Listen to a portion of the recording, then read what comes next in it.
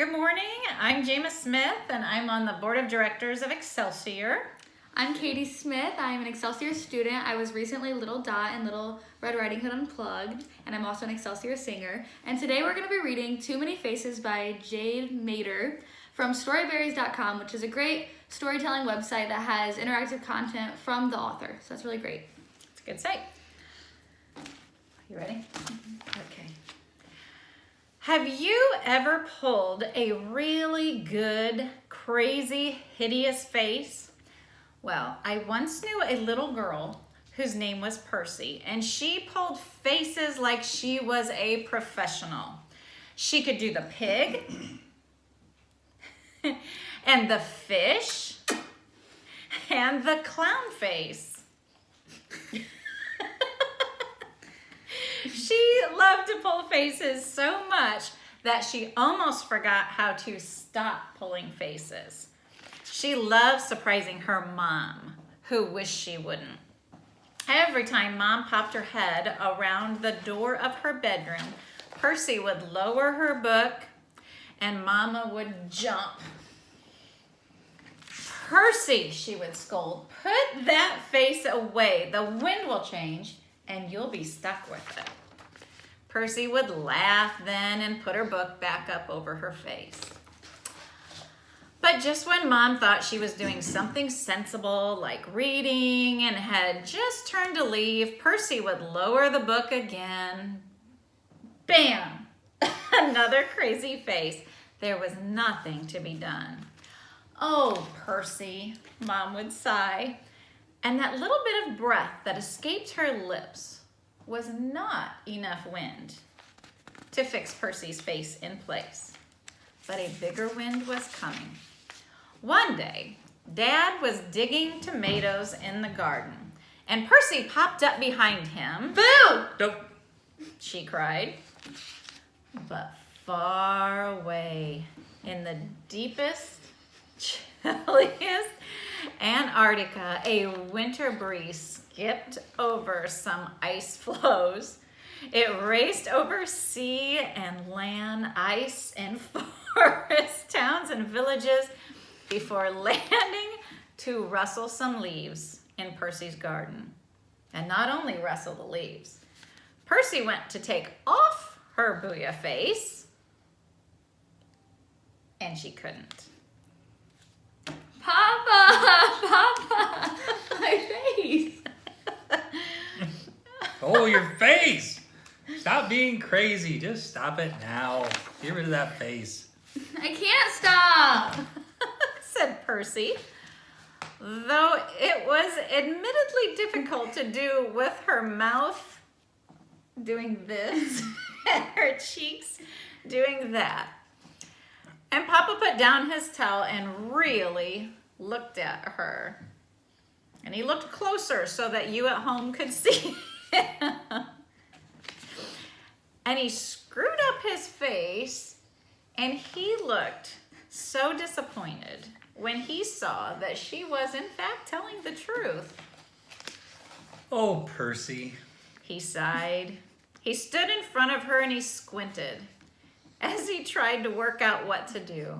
And just at that moment, a hot wind from the melting, baked deserts of Australia skipped over the tail of a kangaroo, brushed a mob of wallabies, and swept along the tropical coast, dipped over sea, skimmed over land, surpassing thousands and thousands of kilometers in an instant, and settled with a whisper into the trembling tomato bushes in Percy's garden.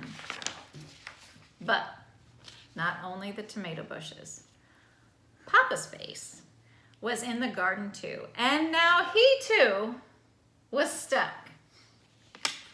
The wind had changed again, and now there were two people stuck with faces and no solution in sight. Mom! Mom! Both Percy and Papa cried. And although Mom was busy painting pictures on the deck, she came running when she heard the horror in their voices. And when she saw them, she stopped in her tracks, a look of shock over her face. And then, what do you know? A buffet of air from the mountains of China stirred across a vast, still lake, twirled through the cities and skittered over rivers, dived and rose, pitched and plummeted, and streaked over land and sea until it settled, would you believe, right there in Percy's garden and on Mom's face. No! They all cried. It really wasn't possible. It really could not be. They tried their hardest to make their faces go back to normal, but it was no good.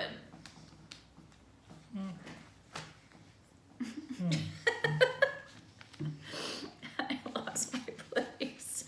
The wind had changed, and that was that. There was nothing to be done. They very quickly realized that their only hope was if the wind changed again. But for that, they would need to concentrate hard and make their faces assembled in the normal fashion, and they couldn't keep it that way for long. Not even Percy, with her admirable dedication to crazy faces. It seemed that for all her practicing, she had never actually practiced her regular face.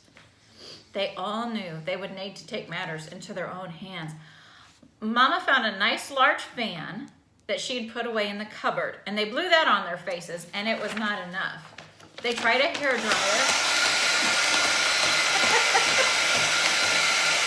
they tried running.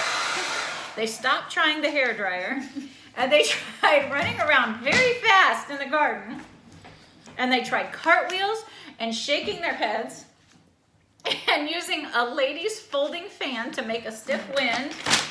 Yeah. They tried everything they could think of, but nothing worked. The wind had changed, and that was that. But then Percy, who was a very clever girl, stopped. And she looked around her, and then she looked at you. Please, can you please help us? Wave at us.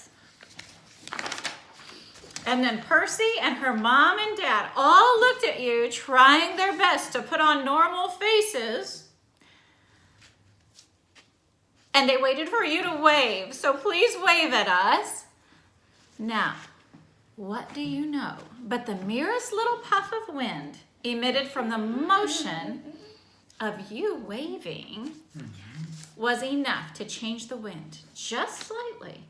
And just slightly, so that ran across the screen and through the wires, skipping along lighted passageways and down electrical currents until it found Percy's garden, hidden in there, deep in the story, deep in your imagination. And what do you know? It worked. You saved the day. Percy and her mom and dad were restored to their normal faces. And they were very careful not to pull too many faces again. Thank you for waving at us, and thank you for joining us for story time. Moms and dads, please follow our YouTube page.